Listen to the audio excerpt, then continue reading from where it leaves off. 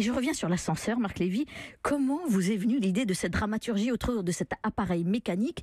En existe-t-il encore à New York où vous vivez? Oui, il en existe réellement.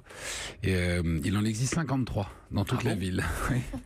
Il y a un recensement des C'est ça. ascenseurs de ce type. Il y a un syndicat des liftiers. Et en fait, il y a 63 000 et quelques cabines d'ascenseurs à usage de passagers dans tout Manhattan. Et il en reste 53 entièrement manuels et qui ne peuvent être utilisés par par ceux qui veulent monter et descendre, mais qui requièrent la compétence d'un liftier syndiqué. Qui sont condamnés à disparaître ou qui sont protégés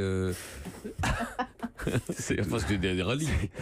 C'est comme pour nous, c'est une question existentielle. Voilà, ce sont des reliques. Et en fait, en empruntant un jour un de ces ascenseurs, je me suis retrouvé derrière ce liftier, qui était un homme d'une certaine stature et d'un certain âge, et il m'a énormément impressionné parce que il ne nous regardait pas et je voyais qu'il entendait tout, qu'il voyait tout, et je me suis dit c'est incroyable, cet homme est un homme qui voit toute la vie de tout le monde et lui personne ne le voit.